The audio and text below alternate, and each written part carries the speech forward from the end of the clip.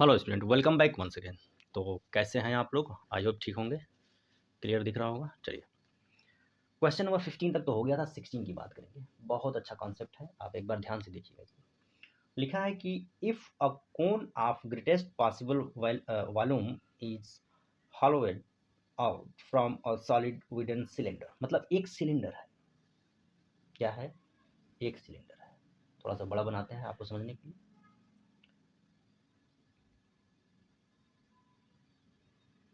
ठीक है,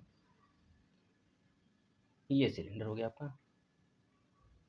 चलिए, सिलेंडर तो बन गया। अब then the ratio of volume of cylinder, ठीक है, then the ratio of the volume of remaining wood to be volume of cone hollowed out is।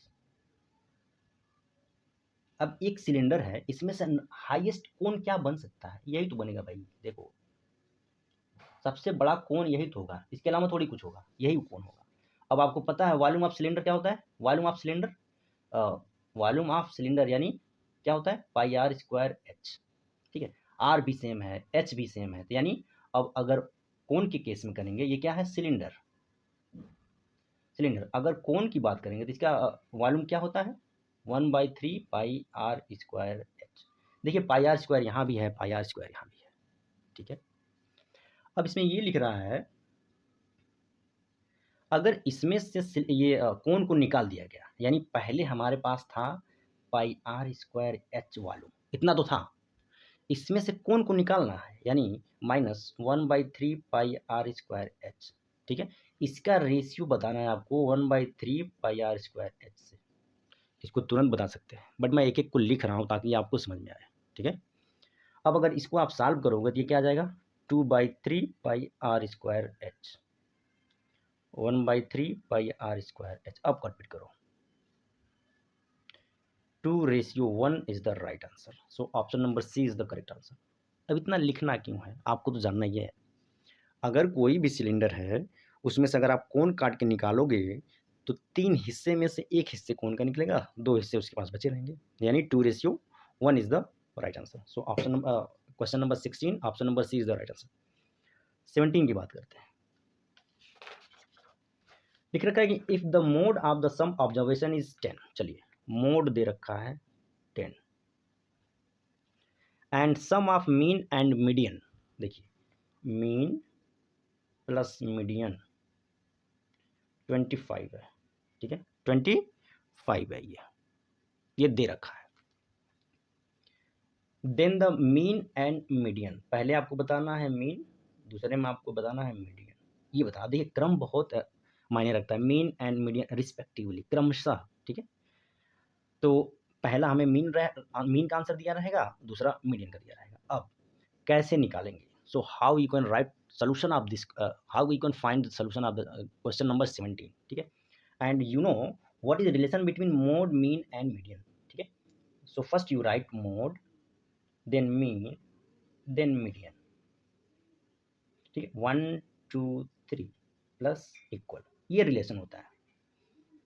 ठीक है, अब करना क्या, हमारे पास मोड दे रखा है 10 को रखिए, प्लस 2 मीन इक्वल 3 मीडियन, ये तो है। यहाँ से अगर आप लिखोगे तो मीन क्या लिख लोगे? 25 minus median, 25 minus median, median नहीं लिख लीजिए, मीडियन 25 माइनस मीन क्या होगा? 25 माइनस मीन। अब यही वैल्यू इसमें सब्स्टिट्यूट करिए, यानी 10 प्लस 2 मीन इक्वल 3, मीडियन क्या आया है? 25 माइनस मीन। ठीक है, अब ये क्या आ जाएगा? 75 माइनस 3 मीन, 10 प्लस 2 मीन। अब ये क्या आ जाएगा? इधर आ जाएगा, यानी 5 मीन इक्वल 75 माइनस 10 करेंगे 65, यानी मीन क्या आ जाएगा?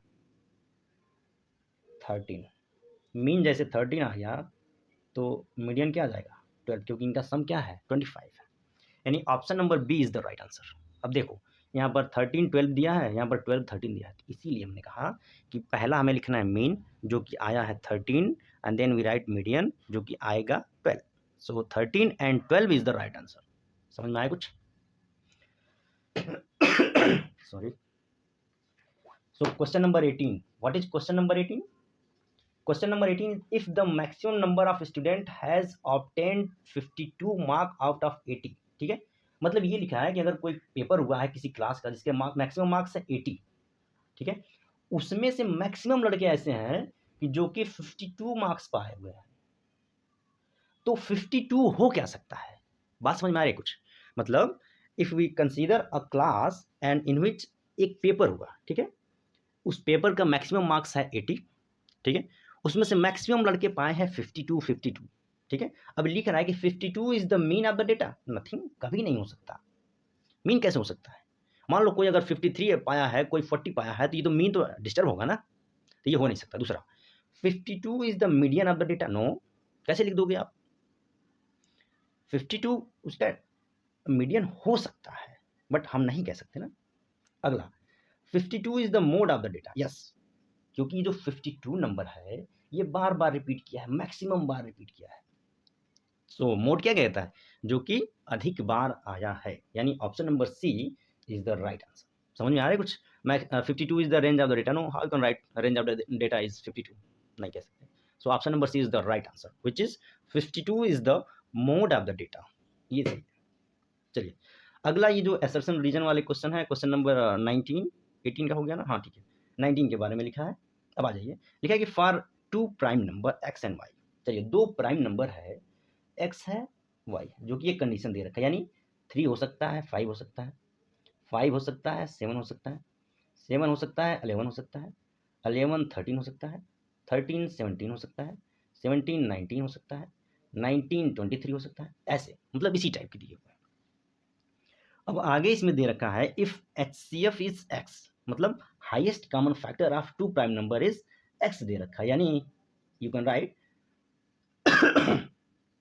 Sorry, HCF of x y equal to x दे रखा है। अगर हम 3 5 को कंसीडर करें तो यानी ये 3 कह रहा है, जो कि 3 हो ही नहीं सकता, ठीक है, यानी HCF of always 2 prime number is 1 होता है, ठीक है, 1 ही है, इसमें एक्स दे रखा है। अब दूसरा, और एलसीएम वाई कैसे हो जाएगा भाई? एलसीएम ये 5 3 5 का एलसीएम तो 15 होगा, 5 कैसे होगा? ये भी नहीं सही दे रखा है। अगला दिया है कि HCF जो है एक्स वाई का लेस आर इक्वल हो सकता है एलसीएम के, एलसीएम ऑफ एक्स वाई का।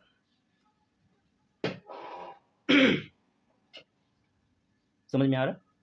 एक्स वाई का एलसीएम हो सकता है, ठीक है।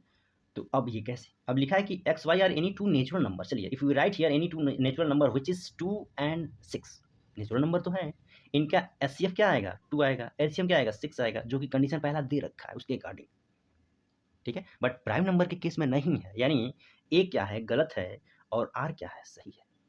तो यानी ऑप्शन नंबर कहाँ गया? A is false but reason R is true, ठीक है, रीजन आर इज ट्रू। तो यानी ये आपका 19 का आंसर हो जाएगा क्या? B, sorry D. चलिए 20 की बात कर लेते हैं। 20 कैसे है? लिखा है कि इवेंट इवन, इवन क्या है? Getting a number in die, die की बात करते हैं। चलिए 1 2 3 4 5 6, 6 ही तो होते हैं डाई पर, यही तो है। अब लिख रहा है कि जो प्रोबेबिलिटी ऑफ इवन गेटिंग क्या है ये? लेस देन 3 कहाँ कहाँ है? 2 ही तो है, यानी 2/6 आप करोगे तो क्या आ जाएगा? 1/3 आ जाएगा। और E2 कहता है, यानी प्रोबेबिलिटी ऑफ E2 क्या है? Getting a number greater than 3, greater than 3 में जाओगे तो आप 3 है, यानी 3/6 1/2 are complementary event. No, how you can write this is complementary event? मतलब अगर एक 1/3 है तो दूसरा यहाँ 2/3 होना चाहिए, तब ना तब तो कंप्लीमेंट्री होता। कंप्लीमेंट्री ये नहीं है, ठीक है, तो पहला गलत हो गया। दूसरा, if 2 event E and F are complementary event then, अगर एक दूसरे के अपोजिट है तो उनका सम क्या हो सकता है? 1 होता है, यानी ये राइट है, ठीक है। तो इसका भी option number D is the right answer, ठीक है। आगे ये सभी क्वेश्चन है, आई होप आपको समझ में आया होगा। हम एक एक क्वेश्चन के सोल्यूशन धीरे धीरे आपको प्रोवाइड करेंगे और आप उसे देखिएगा, ठीक है। आई होप आपको समझ में आएगा। If you have any query so you can comment in comment box in any videos, ठीक है। किसी में अगर आपको डाउट लगता है तो आप उसको बताइएगा, फिर हम उसको कंसीडर करके फिर आपको वीडियो प्रोवाइड करेंगे, ठीक है। आई होप आपको समझ में आएगा। मिलेंगे नेक्स्ट क्लास में with next question or next topic. So I hope keep watching, keep learning. Thank you very much. Thanks for watching.